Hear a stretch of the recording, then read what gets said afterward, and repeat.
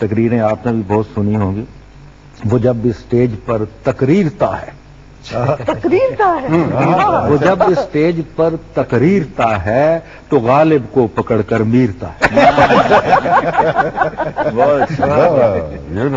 تو غالب کو جب اسٹیج پر تقریرتا ہے تو غالب کو پکڑ کر میرتا ہے.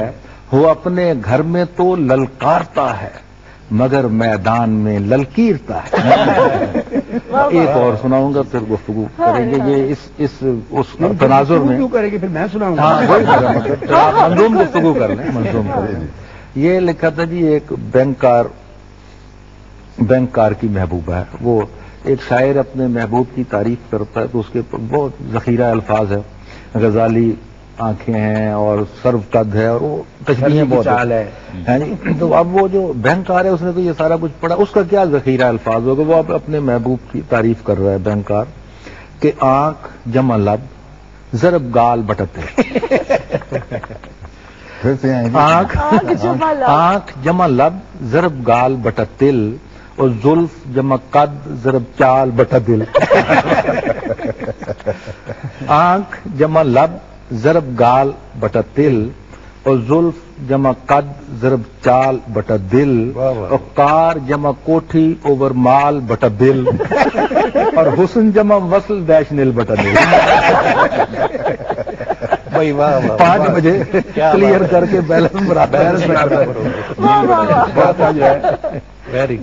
یہ اصل میں اس کے لیے اس لیے لکھا کہ میں گیا ان کے پاس ملنے، ایک ہمارے مینیجر تھے، تو وہ میں نے دیکھا کچھ نوٹ گن رہے تھے 1000 کے، کافی تھدا تھا، 50-60، تو بس گن چکے تھے. ایسے گن کے انہوں نے جیب میں ڈال لیے، پھر بیٹھے گپ شپ ہوئی تھوڑی سی، پھر انہوں نے نوٹ نکالے، پھر گننے شروع کر دیے، پھر کر کے پھر اس جیب میں ڈال لیے، پھر چائے وائے پیے، ایک آدھ فون سنا، پھر نکالے، پھر گننا شروع کیے. تو وہ میں نے کہا کہ یہ کیا کر رہے ہیں آپ، کبھی اس جیب میں یہ کیا کوئی کم ہو رہے ہیں نوٹ یا کیا؟ کہتا نہیں، یہ دولت ہے اور دولت کو سرکولیشن میں رہنا چاہیے.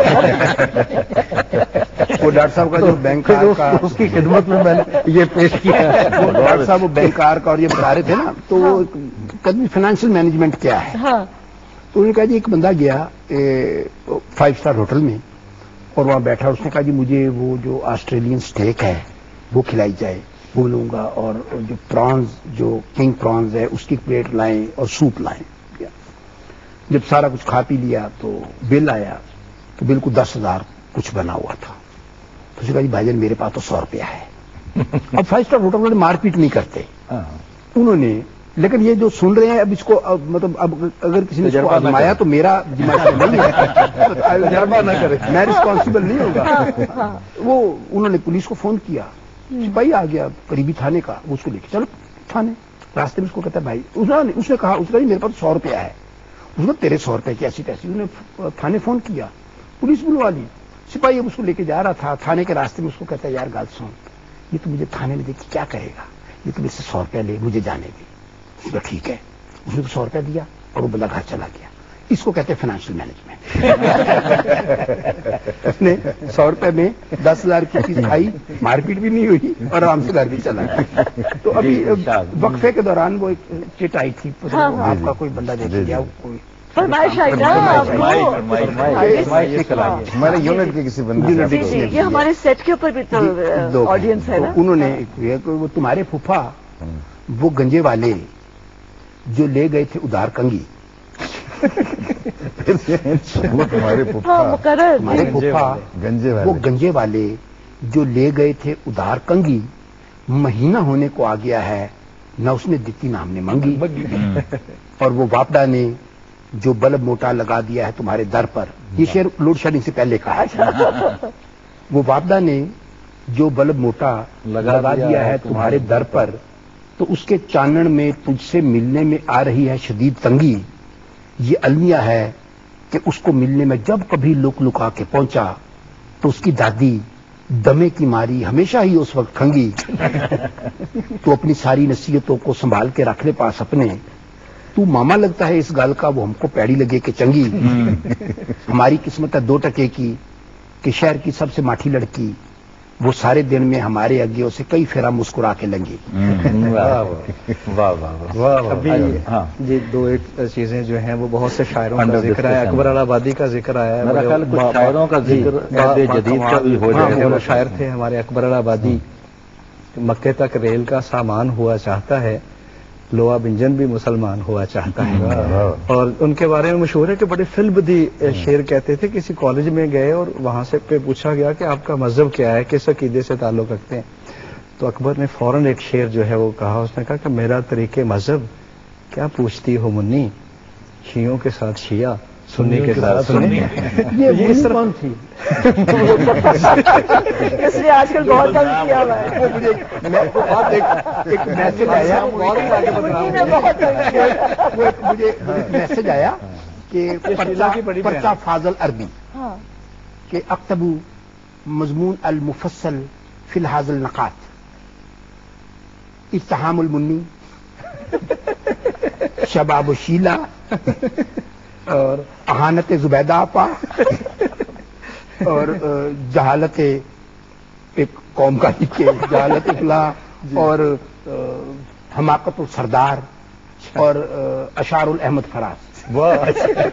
کہاں بیچارے فلاح مارا ان کا جو ہے نا اس پہ ہمارے دیکھیے موبائل میسج جو جس کا اس کا بھی ذکر ہو جائے کہ آج کل جو مزاح لوگوں کی ضرورت تو ہے، اس کو ڈیمانڈ کو پورا کون کر رہے ہیں؟ Mobile message. تو میں سمجھتا ہوں کہ اس پہ بھی توجہ دینے کی ضرورت ہے کہ مطلب کتاب بھی اب آؤٹ ڈیٹڈ ہو چکی ہے، میڈیا پہ بھی اتنا لوگوں کے پاس کم ٹائم ہوتا ہے، لیکن ایک موبائل ایسی چیز ہے جو ہر آدمی کی جیب میں ہے، اس کے ہاتھ میں ہے.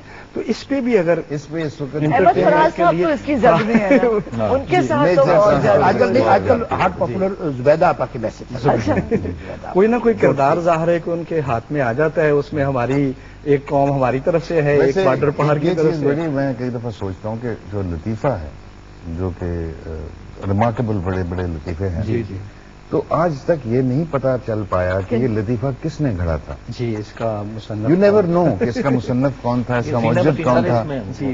بہت سی چیزیں مجھے عرض کرنے کی اجازت دی ہے. دنیا میں جتنے بھی لطیفے چل رہے ہیں یہ 40 پیٹرن ہیں ٹوٹل، 40 اینگلز ہیں، اس کے اوپر بنتے چلے جاتے ہیں. ملٹیپل بھی ہوتے ہیں ایک دوسرے کے لیے. 40 خاکے ہیں جن کے اوپر مختلف طریقوں سے بنتے ہیں. آپ نے فرمایا نا مثلا ادیبوں کے لطیفے، اب یہ ایک کتاب چھپ گئی فلاں کے لطیفے، یہ جو ہم سے نکلے. اچھا یہ جو قطعات پڑھ رہے ہیں یا شاعری کر رہے ہیں، یہ کوئی آدمی نثر میں لکھ دے گا اور وہ مطلب اس میں سے شاعر غائب ہو جائے گا یا رائٹر غائب ہو جائے گا. مطلب عطاءاللہ کاظمی صاحب کی کتاب میں یا جیسے ان کے کے ہاں بہت سارے. اچھا دونوں طرف پیرالل چلتا ہے. یہ آپ نے صحیح کہا کہ لطیفے کا بنیادی طور پر تو آتھر کوئی نہیں ہوتا، لیکن جو ادیبوں کے یا رائٹرز کے لطیفے ہیں وہ کہیں نہ کہ مطلب شفیق الرحمان صاحب کے دیکھیے یعنی وہ جو ان کی کتابیں ہیں 40s میں. اچھا میں وہ لطیفوں کی کتاب پڑھ رہا تھا تو میں سمجھ رہا تھا کہ شفیق الرحمان صاحب نے اس کتاب میں سے لطیفے لیے ہیں، حالانکہ اس کتاب جو لطیفوں ان کا تو وہ وہاں سے بھی اٹھا لیتے ہیں. وہ تو دونوں تینوں طرح سے ان کو لطیفہ جو ہے میں سمجھتا ہوں جی کہ ادب کی لطیف ترین سطح پہ آ کے. اور یہی نہیں اگر غالی نے یادگار غالب میں غالب فکرے میں غالب کے لطیفے، حساب حیات میں محمد حسین آزاد نے لطیفے لکھے. بیسیکلی نا یہ جو لطیفے کا جو آپ کہہ رہے ہیں مصنف نہیں پتا چلتا، اس کی بیسک وجہ یہ ہے کہ لطیفہ اپنی ایک بنیادی شکل میں نہیں آتا. نہیں سر، پہلے ٹوٹ شیپ ہوتی ہے، پھر وہ کسی تھوڑے سے جسے کہتے ہیں نا کہ انوویٹو آدمی کے پاس سے گزرتا ہے نا تو وہ اس کو شیپ اپ کر دیتا ہے. میں نے بہت سے دیکھے ہیں. مجھ میں یہ خاصیت ہے کہ میں پہلا سا لطیفہ لے کر اس کو بڑے ہی میں اس کو بنا لیتا ہوں. اچھا میں نے خود مطلب میرے علم میں 3-4 لوگ سے ہیں کہ آپ ان کو ایک لطیفہ بنا دینا تو نیکسٹ ٹائم جب آپ کو سناتے ہیں تو وہ لگتا ہے کہ یہ اس لطیفے کا ماڈرن ورژن ہے. جو تو جو ورژن آپ کے نا موبائل فون کا جیسے ہوتا ہے یہ ورژن یہ تھا تو اس کی کر کے پروگرامنگ تو اس کو نیا ورژن دے دیتے ہیں. تو یہ لطیفہ جو ہے یہ ایک خاص مطلب لوگوں سے ہوتا ہوا نا جب وہ بالکل ایک پرفیکٹ شیپ میں آتا ہے تو پھر وہ آگے چلتا ہے. اس کی ایک بات یہ بھی ہے کہ جو آدمی کا ایک سوشل رول ہے، یعنی چند سطروں میں یا کسی کا ایک خاکہ اڑا کے چند لفظوں میں ہم بعض اوقات بہت بڑی تلخ حقیقت کا اظہار کر جاتے ہیں. اور کبھی کبھی لطیفوں سے ہم تلخ حقیقت کیموفلاج بھی کر دیتے ہیں. تو لطیفہ یہ نہیں کہ صرف محفل میں ایک کہکا لگانے کی چیز ہے. میں اس کے سوشل رول کا بہت قائل ہوں. نہیں اور اگر آپ اچھے لطیفے پہ ہنس نہیں سکتے ہیں پھر اللہ رحم کرے اس شخص کو. بالکل اس میں اتنی بھی حصے مزاح نہ ہو کہ وہ لطیفے پہ ہنس. ایک یہ بات بھی ہے کہ لطیفہ تخلیق کار تو کوئی نہ کوئی اس کے پیچھے موجود ہوتا ہے، لیکن یہ اپنے مزاج کے اعتبار سے بہت جلد پبلک پراپرٹی بن جاتا ہے اور لوگ اس کو مطلب ہے کہ اپنی، اور یہ سب کی مشترکہ چیز ہے کہ چونکہ سینہ گزٹ کے طور پہ یہ زندہ رہتا ہے. جیسے ڈاکٹر صاحب نے کہا کہ شفیق الرحمان کے ہاں بے شمار جو اس وقت تو بالکل یونیک قسم کے لطیفے تھے، بعد میں پبلک مثال کے طور پہ اپنے وہ ایک کردار کے بارے میں لکھتے ہیں. ہم نے مزاح نگاروں کا شاعروں کا بہت سا کلام سنایا ہے. تو شفیق الرحمان کہتے ہیں اتنا کاہل ہے کہ سال میں ایک بار دعا مانگتا ہے اور پھر ہر روز ایزن کہہ کے سو جاتا ہے. یا وہ ہمارے جو ہمارے قبیلے کے بارے میں وہ کہتے ہیں پروفیسروں کے بارے میں، ایک پروفیسر جو ہے وہ دوسرے سے کہہ رہے ہیں کہ یار رات میں نے ایک بڑا انوکھا خواب دیکھا. کہتے ہیں کیا خواب دیکھا؟ کہتے ہیں میں نے خواب میں دیکھا کہ میں کلاس میں ہوں اور پڑھا رہا ہوں. اس نے کہا اچھا پھر؟ کہتا پھر میری آنکھ کھل گئی. کہتا میں نے دیکھا کہ میں واقعی کلاس میں تھا اور پڑھا رہا تھا. کنہیا لال کپور صاحب کا نام لیا گیا. ان کا ایک بڑا مشہور مقولہ ہے بھائی مضمون میں آغاز میں ہے کہ ایک بہت بڑے اور بہت عظیم فلاسفر کا قول ہے کہ سورج صبح سویرے مشرق سے نکلتا ہے اور وہ فلاسفر میں خود ہوں. کنہیا لال سے مجھے بھی یاد آ رہا ہے، یعنی یہ فیکچول ہے کہ جی سی میں پترس صاحب کا زمانہ تھا، وہ پرنسپل تھے. کنہیا لال کا قد بہت لمبا تھا اور وہ بہت دبلے بھی تھے. مجھے یاد ہے نقوش نے جو طنز و مزاح کا نمبر نکالا تھا نا، اس میں کنہیا لال کا جو کیریکیچر بنایا گیا تھا اس میں وہ قطب مینار کے ساتھ یوں ٹیک لگا کے کھڑا ہے. تو پترس صاحب نے انہیں دیکھا یوں کر کے تو اس نے کہا کہ آپ واقعی اتنے لمبے ہیں یا آج یہ تمام کر کے آ رہے ہیں یا اس انٹرویو کے لیے یہ قدآور ہوں. کنہیا نے وہ ملنے آئے نا کہیں، ان کو کرشن ملنے آئے، وہ موگا کالج میں پرنسپل تھے. ہاں جی موگا میں پرنسپل تھے. تو کرشن سے ملنے آئے تو یہ نہیں تھے. تو کرشن دکا چھوڑ کے چلے گئے کہ چندر کے میں آیا تھا تو کنہیا آپ سے ملاقات نہ ہو سکی. تو کنہیا نے واپس آئے تو خط لکھا. انہوں نے کہتے ہیں کہ کرشن تم آئے اور میں نہ مل سکا. دراصل میری ساس کا دیہانت ہو گیا تھا تو میں ادھر گیا تھا اور تمہیں تو بخوبی علم ہے کہ یہ کم وقت ساسیں روز روز نہیں ہے. وہ بھی ہے نا، وہ ایک سب نے سنایا تھا کہ صوفی صاحب میں اسٹوڈنٹ تھے ان کے، نئے نئے فرسٹ ایئر میں آئے تھے تو بڑی بڑی اینکیں یوں کر کے پہنی ہوئی تھیں. تو صوفی صاحب نے کہا تو کی اینکاں لائی ہیں بجو لگنا ہے لا دے. اس نے اتار کے کہا جی اینو لانا ہے تو تسی میں بجو مزاج کے بارے میں عثمان صاحب یہ شہزاد صاحب اسی نے ہمیں سنایا تھا. بالکل یہیں پہ سنایا تھا ہمارے. کنہیا لال کپور کا ذکر چل رہا ہے تو چونکہ یہ مزاح کے حوالے سے محفل ہے تو ایک بڑا خوبصورت جملہ ہے ہمارے ہاں. مطلب مزاح اصل میں کہتے ہیں کہ اعلیٰ مزاح وہ ہوتا ہے جب آدمی اپنے آپ پہ ہنستا ہے، جس کا آغاز غالب سے غالباً ہوا تھا کہ آپ کی صورت کو دیکھا چاہیے. ہاں چاہتے ہیں خوب روحوں کو اسد آپ کی صورت کو دیکھا چاہیے. تو وہ کنہیا لال کپور کہتے ہیں کہ دوسروں پر ہنسنے کے لیے صرف ایک بتیسی کی ضرورت ہوتی ہے اور اپنی ذات پر ہنسنے کے لیے اعلیٰ ظرف کی ضرورت ہوتی ہے. یہ مزاح کی جو بڑی خوبصورت ڈیفینیشن ہے جو ایک جملے میں کنہیا لال کپور. ایسے ایسے جملے ہیں بعض اوقات حیرانی ہوتی ہے. مطلب جیسے شفیق صاحب کا، شفیق الرحمان صاحب کا، تو شفیق الرحمان وہ ان کا کریکٹر ہے وہ مقصود گھوڑا، حکومت آپا اور چشمی خاندان. تو وہ کہتے ہیں جب چشمی خاندان سے محبت کرتا ہے تو اس میں ناکام ہو جاتا ہے تو اس کے بعد وہ پھر دل میں بغض رکھتا ہے چشمی خاندان. چشمی خاندان وہ کہتے ہیں سارے چشمے لگاتے ہیں تو کہتے ہیں مجھے چشمیوں سے نفرت ہے، چشمیوں کی فلاں چیز سے نفرت ہے. کافی بیان کرتے ہیں اس چیز سے نفرت ہے، ان کے کتے سے نفرت ہے، ان کے گھر سے نفرت ہے، حتیٰ کہ آسمان کے اس ٹکڑے سے نفرت ہے جو چشمیوں کے گھر کے عین اوپر واقع ہے. ہم اسی کے ساتھ ایک بریک لیں گے. Will be back soon, please stay with us.